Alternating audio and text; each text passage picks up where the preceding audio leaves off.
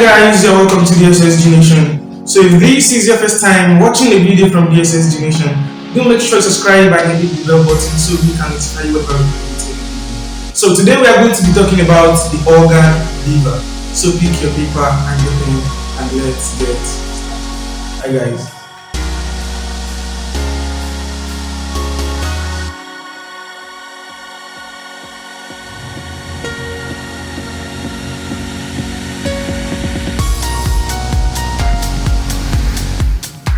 Yeah, welcome back. So we started going to be talking about the organ liver. So to do this, we are going to use our normal acronym, which is DOL S raised to power 4 F. Now, for description, we know that we used to have our system, the color, and the weight. So for the O, the organ in relation. The L is location, the S is the shape, the size, the structure, and the supply.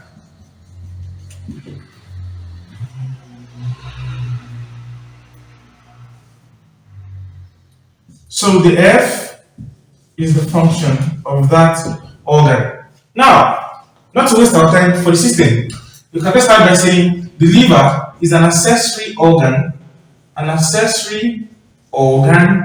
of the digestive system. So it is an accessory organ of the what? Of the digestive system. So talking about the color, it assumes that of the kidney. So it assumes the what? The color of the kidney. So it is reddish brown in color as well. So it is reddish brown in color. So talking about the weight, it weighs about 1 kilogram to 2.3 kilogram. So that is that about the what? About the weight. So talking about the organ regulation, I'm still going back to that. So location as well, I'm still going back to that. So talking about the shape is cone. So it assumes a cone shape, cone shape rather. So it is conical in shape. So talking about the size, it varies. So depending on the age. So in infants, the liver is large. So the liver is large in infants. So and the reason for that is because it is responsible for what? For producing blood. So it has an hepatopoietic function in early stage of life. Hepatopoietic function. So talking about the size of the liver, it has a what? Hematopoietic function in infants. So the word hemat is denoting blood, and our O is just a conjunction as usual. And this poietic is from the word poiesis, which means formation or production. So in infants, the liver is large because it will be the one responsible for doing what? For producing the blood cells. So as we age, the liver is going to be reduced in size. So as it hands over this hematopoietic function to what? To the bones. So the bone marrow to be precise. So that is that about the size. So talking about the structure, supply, and function, let me just go on the board and come on with it. So I'll start from the organ in relation in our system and the location. Then we come down to what? To the structure. So stay tuned.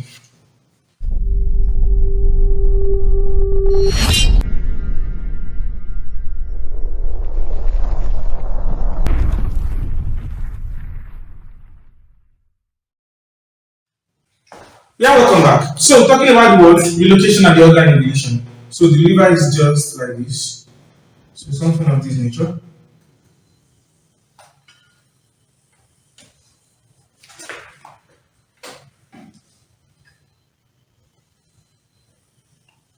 So something of this nature. So right here we have the diaphragm.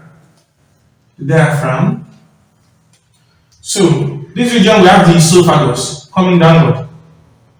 So and then the esophagus forms the stomach. So it forms the stomach. Then the C-shaped duodenum.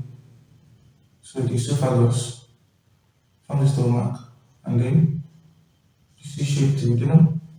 And after that, we have the large intestine. So we have the large intestine right here. So we have the cecum and the appendix downward there. But we don't actually need that. something of this nature. And then right here we have the gallbladder. So we have the gallbladder, but I don't want to be drawing something too much. So let's just leave this for now. Now, talking about the location of the what?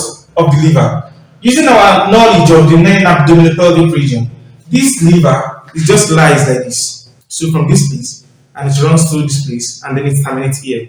So this place is called the right hypochondriac. So the liver is located majorly in the what? In the right hypochondriac region. Right what? Right hypochondriac. Right hypochondriac region, comma, and now it extends to the what? Through the epigastric. This place, it runs from here, the right hypogastric, and then it extends to the what? It extends through this place, this is the epigastric. So it extends through the what? Extends through the epigastric region. The epigastric region. And finally, this place is the what? The left hypochondriac, where the stomach is located. So, and it's extending now. What you say it terminates at the what? At the left hypochondriac region. At the left hypochondriac region. So that is the location of the liver. So it is located in the what? In the right hypochondriac region. So extending through the what? Through the epigastric and terminating at the what? At the left hypochondriac region. So that is that one location. Now talking about the organ in relation. Superiorly to this liver is this structure here called the diaphragm. So superiorly is by the what? The diaphragm. So after that we have the what? We have the inferiorly. So inferiorly now you can see that we have the large intestine. So we have the intestine. So the intestine. So the small intestine too, same thing. Small intestine. So they are located below the what? Below the liver, inferiorly. So talking about anteriorly, just in front like this. So what you can find there are the what? Muscles forming the anterior abdominal wall. So anteriorly is by the what? Muscles forming the anterior abdominal wall. Now, what of posteriorly? So behind the liver, we have some structures there. We call it the porta fissure. So when talking about the structure, I'm going to explain that to you. So behind the liver, we have some structures such as the gallbladder. So we have, and that will be posteriorly now. Posteriorly we have the gallbladder. So we also have the inferior vena cava. Inferior what?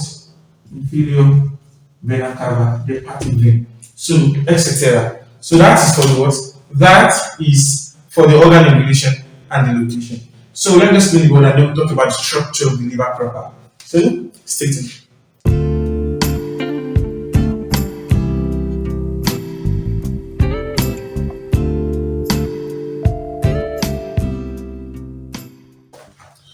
Yeah, welcome back. So let's talk about the structure of the liver. So let's start from the lobes of the liver. So imitating the diagram that I just told you of, I just rubbed off. So the liver is just like this.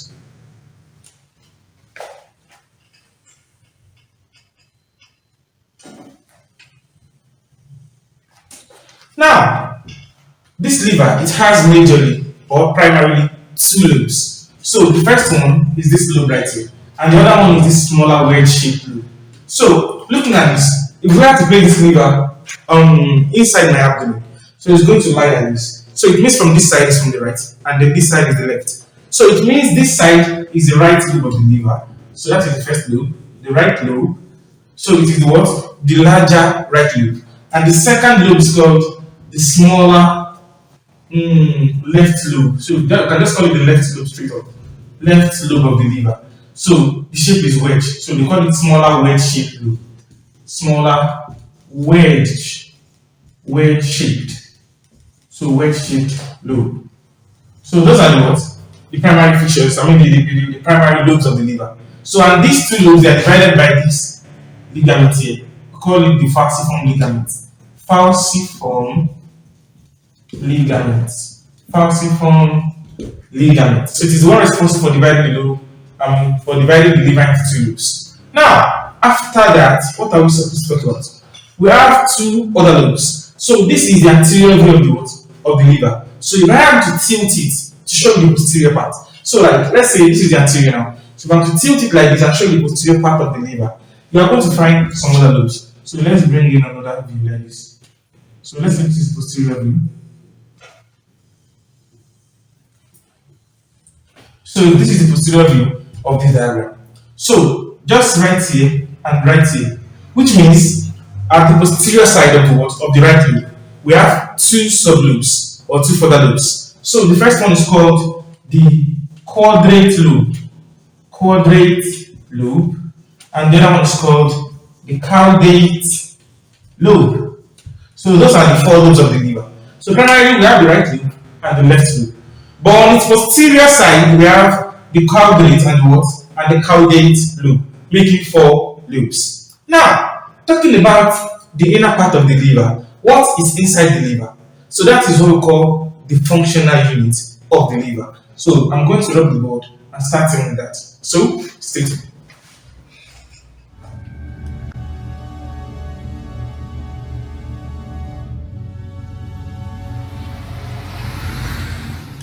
Yeah, welcome back. So, once we talk about the structure of the liver, I mean the inner part of the liver.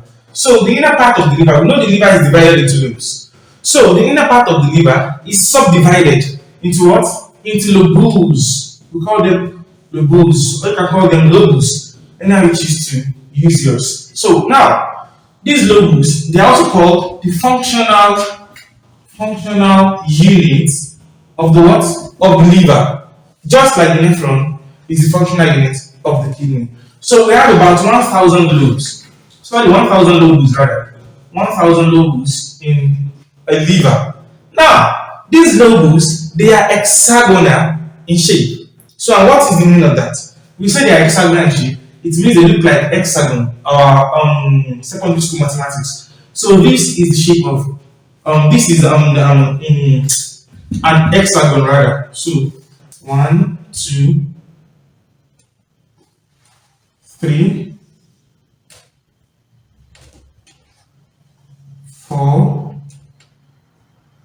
5, and 6. So 1, 2, 3, 4, 5, 6. So this is hexagon. So the lobes of the liver, they are what? They are hexagonal in shape.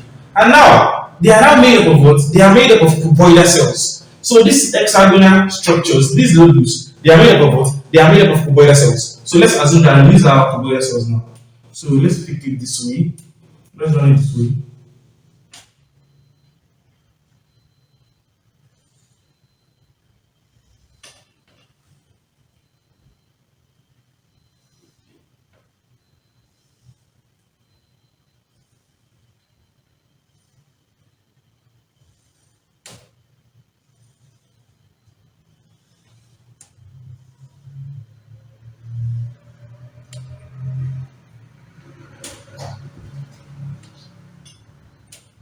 Now, you realize that I said we have the lobes and they are hexagonal in shape.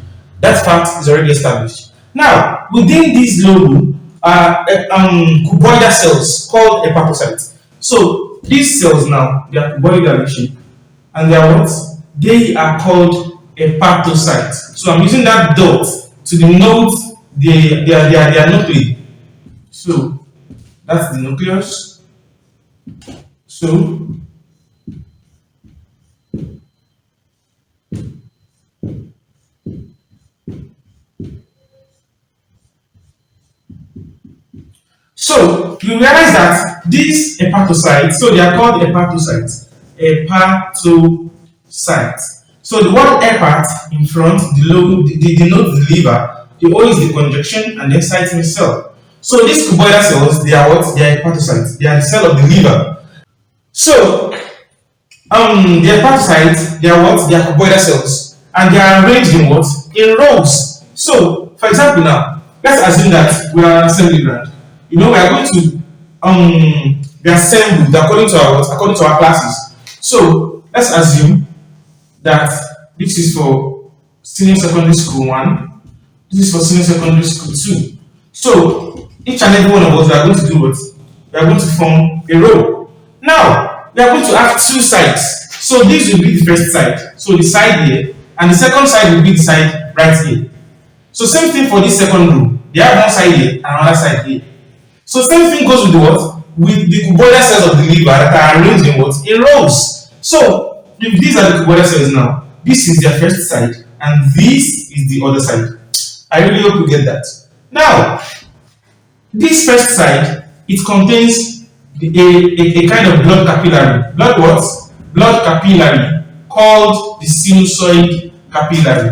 Sinusoid capillary. So, and what is running inside it is just blood. So, where is that blood coming from? We're going to be talking about that later. Now, this other side, it contains what we call bile. So, this passage is what we call the bicanalicular. Bicanalicular. Now, on a quick recap, we said the lobes of the liver, they are what? They are hexagonal in shape. And they are made up of what? They are made up of cuboidal cells called hepatocytes. So I said these cuboidal cells, they are arranged in columns, making them have what? Two sides. So on the first side, we have a kind of blood capillary called the sinusoid capillary there. And what is running inside it is the blood.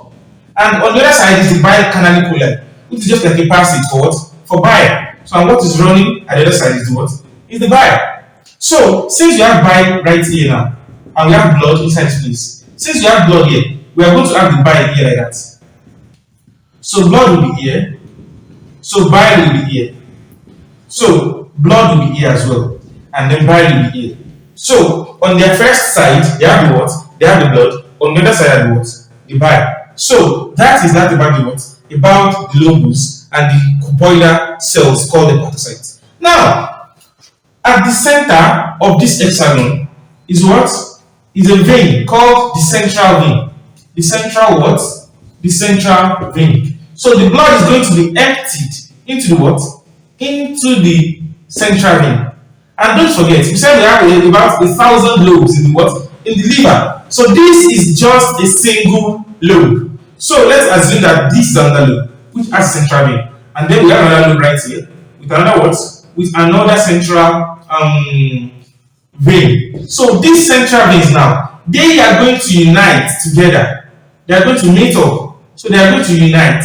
And when they unite, they are going to form a larger vein called the hepatic vein. Hepatic what? Hepatic vein. So a quick recap. We said the microscopic, the functional unit of the lobe, of the liver are the lobes. So we said we have about 1,000 lobes in the liver. And these lobes are hexagonal in shape. And they are made up of what? Hepatocytes, which are cuboidal cells. And they are arranged in what? In rows. And it means they have what? Two sides. So on their first side, they have a blood capillary there called the sinusoid capillary. And it is blood that is running within it. And then on the other side, they have the biochemical, which contains what? Which contains bile. So at the center of each lobe within the what? Within the liver are what we call the what? The central vein. And this central vein, they are going to unite, they are going to join up, they are going to unite to form a new vein called the what? Called the hepatic vein. So the hepatic vein is going to leave the liver and empty its content into the inferior vena cava. So that is that about the what? About the lobes. Now, within the cells, we have some cells. Within the liver, we have some cells there. So the first one they are called the Kupffer cell. The Kupffer what? The Kupffer's cell. Kupffer's cell are some kind of macrophage. Macro what? Macrophage. So if you've been following our video on YouTube, by now you should have known the meaning of macrophage. So if you are new here, the word macro means large, and the word phage is denotes swallowing or eating. So these Kupffer cells, there are some kind of cells that swallow, they ingest what? They ingest large pathogens. So they ingest anything that can cause trouble or infection within the liver. So they ingest them. There's some kind of immune cells. So that is their whole function. So that's the function of the what? Of the Kupffer cells. So they are macrophage that what? That ingest pathogen within the liver. And apart from that, we also have another group of cells called the stellate cells. The stellate what? The stellate cells. So these stellate cells, their function is to do what? Their function is to store vitamin A. To store what? To store vitamin A. That is the function of what? Of the stellate cells. So the next pathophysiology we are going to be going to is the liver cirrhosis. So these stellate cells, it has an important role that it plays in the pathophysiology of what? Of liver cirrhosis. So just make sure you keep it in mind. So stellate cells, they do what? They store vitamin A. So, and they respond to some damages in the liver. We're going to be talking about that in liver cirrhosis. So, and that is that about what the inner part of the liver. Now, to the posterior part of the liver. Okay, let us do the body and then come with that. So, stay tuned.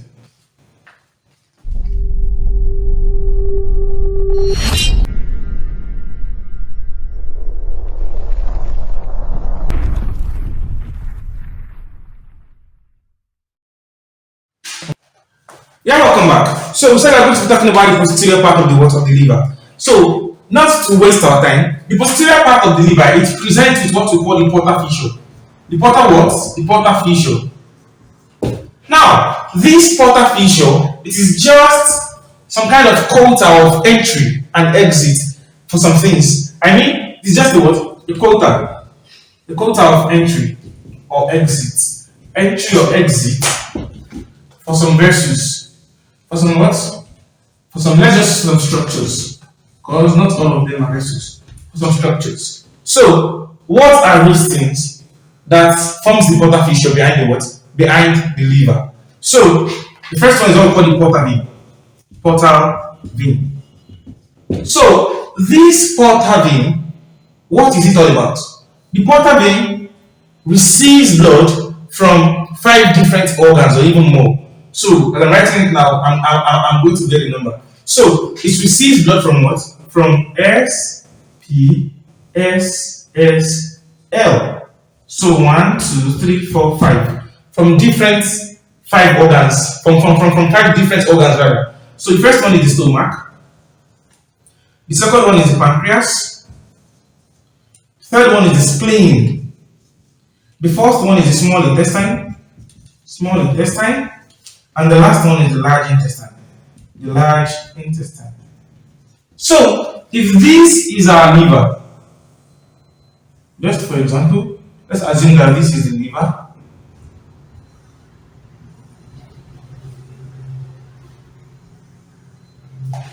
So, if this is the liver, the portal vein it enters into its posterior part, but it's receiving blood from what? From different 5 organs.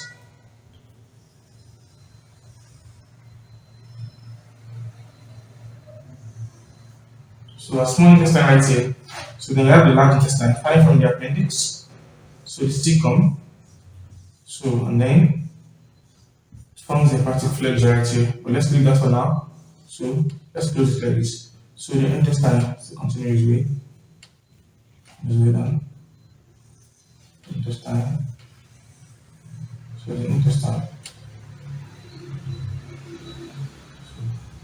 Generally, the second valve.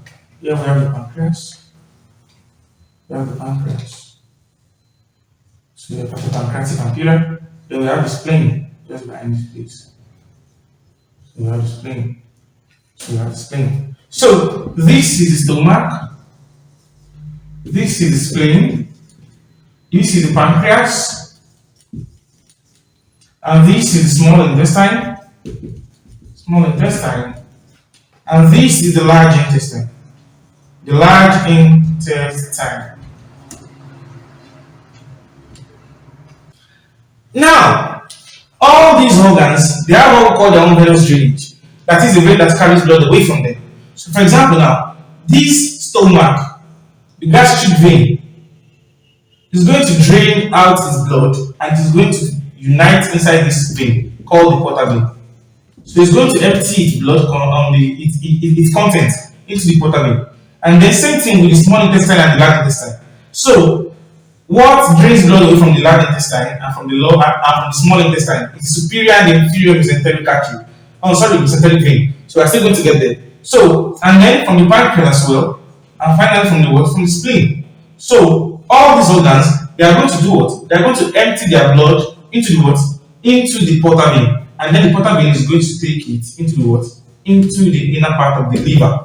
So that is what forms what? The portal vein. So blood vessels coming from the stomach, the pancreas, the spleen, small intestine, and large intestine. They are going to empty their content into what? Into the portal vein. And the portal vein is going to take it inside the what? Inside the liver. So that is that about the what? About the portal vein. As one of the what? One of the porta fissure. One of those things that forms the porta fissure. So another thing that forms the porta fissure is the hepatic artery. Hepatic artery. and the hepatic vein as well. So the hepatic artery carries blood towards the liver, while the hepatic vein carries blood away from the liver, just like the arterial supply and the venous drainage. Then another thing is the lymphatic drainage as well. So the lymphatic vessels and the what? And the nerves. So all these things they make up the what? They make up the what? The porta fissure. So on a critical, we said the posterior part of the liver presents what? Porta fissure.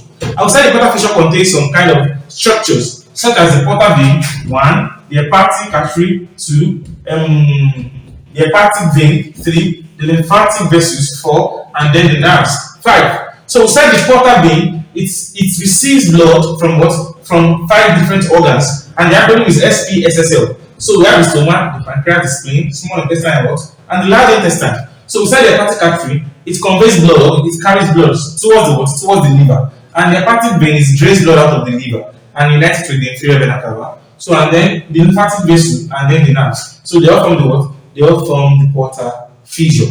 And that is the structure of the liver. So I'm going to do the board and we'll talk about the arterial supply. So the arterial supply is hepatic artery. Venous drainage is hepatic vein. So our nerve supply, as usual, sympathetic and parasympathetic. So finally, what we need to talk about is the what? Is the function of the liver. So stay tuned.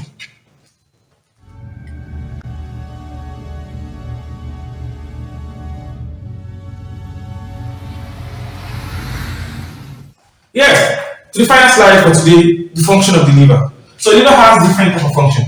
But first thing you have to put your head to be able to remember a whole lot of it is metabolism. So one of the functions of the liver is metabolism of carbohydrates. Metabolism of carbohydrates. Metabolism of carbohydrates. So 2, metabolism of protein. So 3, metabolism of fats. So after that, this metabolism, it is what? It is accompanied with heat gain. So if there is increase in metabolism, there is going to be increase in the generation of heat. So another function of the liver is heat production or heat generation. Heat production or heat generation. So this allows you to perform a function called thermoregulation. But let's leave that now. When we reach this key, we are going to be talking about thermoregulation. So another function of the liver is to do what? Is to store vitamin A with the aid of the stellate cells that I talked about. So storage of vitamin A, storage of what? Vitamin A. And it's not only storing vitamin A as well, it also helps in what?